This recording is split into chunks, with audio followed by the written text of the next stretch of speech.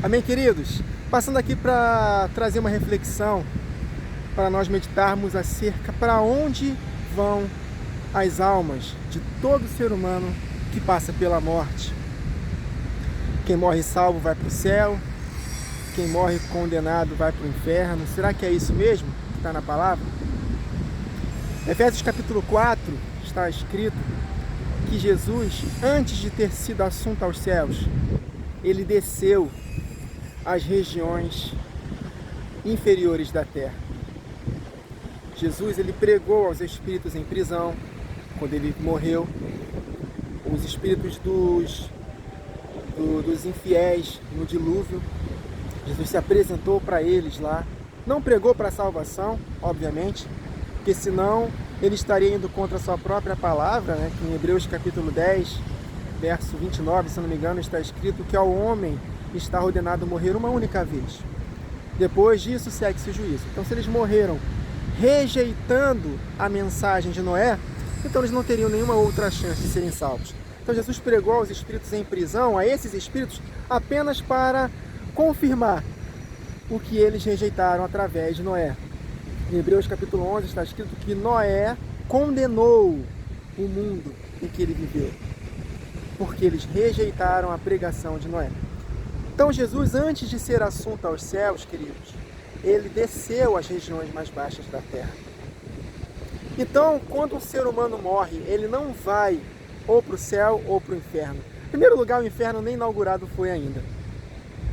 A palavra traduzida nas nossas Bíblias por inferno, ela tem outros significados. Dependendo do contexto, significa o próprio mundo dos mortos. Em outros contextos, fala acerca sim do lago de fogo. Enfim, a Bíblia ela foi traduzida para o nosso português e a nossa língua é limitada demais para poder interpretar as verdades da palavra de Deus. Por exemplo, vou dar um exemplo aqui, abrindo parênteses. Quando a Bíblia fala de amor, na nossa tradução no português, está tudo escrito amor. Mas amor tem vários significados na palavra. Tem amor ágape, que é o amor de Deus. Tem o amor filéu, que é o amor de amigos. Tem o amor eros, entre marido e mulher. Então, queridos, a palavra traduzida na nossa Bíblia por inferno, em boa parte dela, o verdadeiro significado é ou Sheol no Antigo Testamento ou Hades no Novo Testamento, que significa mundo dos mortos, região inferior. É para lá que todo ser humano vai quando morre. Estou lembrando aqui de Jacó, quando soube da morte do seu filho, José, né? A mentira que seus irmãos contaram para ele. E ele falou, que permita que eu seja sepultado, que eu desça. Ou seja, ele entendia que quando o ser humano morre, ele não ia para o céu, ele descia. Amém, queridos? Então, se por acaso acontecer de um de nós passarmos pela morte, ao invés de subirmos com os anjos, descermos, calma, não se assustem, porque todos vão para essa região. Jesus nos conta essa realidade de forma muito simples, queridos, em Lucas capítulo 16. Muitos erroneamente falam que é uma parábola do rico e do Lázaro, mas não é uma parábola.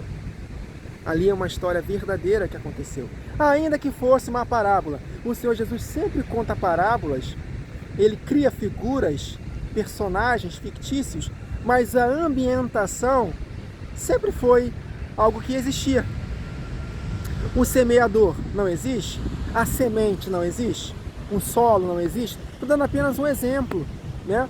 A dracma perdida, uma mulher que procura dentro da sua casa, a casa não existe?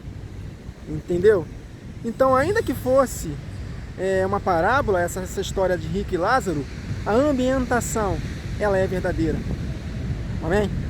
Então, não creio que seja uma parábola, e sim uma história, que de fato existiu esse Lázaro e de fato, obviamente, existiu esse rico. E ambos foram para o mesmo lugar quando morreram. Entretanto, nesse ambiente, no mundo dos mortos, tem dois compartimentos. Na verdade, são três. Um compartimento que é chamado de seio de Abraão, um local de repouso para os justos, em que estão lá aguardando o dia da ressurreição. Um outro ambiente, um outro compartimento, aí sim, é um local de tortura, é um local de chamas, mas não é o inferno. Não é propriamente dito lago de fogo, porque só vai ser inaugurado na ocasião da volta de Jesus, queridos. E entre esses dois ambientes tem um abismo dividindo. E é para lá que Satanás vai ser jogado na ocasião da volta de Jesus, onde ele ficará preso por 1000 anos. Então, ninguém jamais subiu aos céus. Jesus falou isso. Mas Wagner, quando Jesus estava morrendo, quase morrendo na cruz, quando ele morreu, de fato, ele falou, né? Pai, em tuas mãos entrego o meu espírito. E aí? Afinal de contas, ele foi naquele momento para o céu ou para essa região dos mortos? A Bíblia nos responde em Efésios capítulo 4. Ele foi às regiões mais baixas da terra. Ele desceu antes de ser assunto aos céus.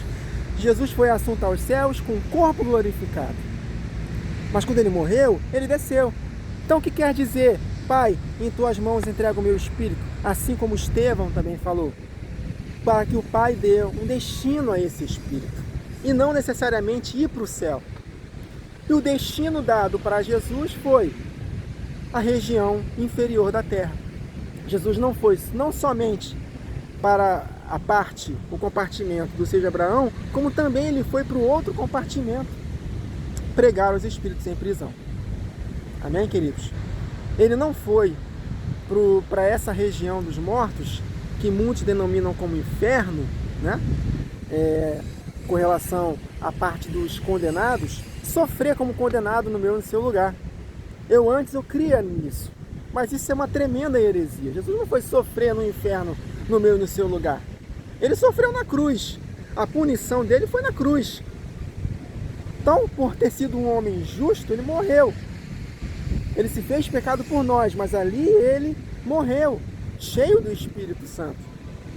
E foi para a região dos mortos, para os dois compartimentos. Mas ele não sofreu quando ele pregou os espíritos em prisão. Estão conseguindo compreender?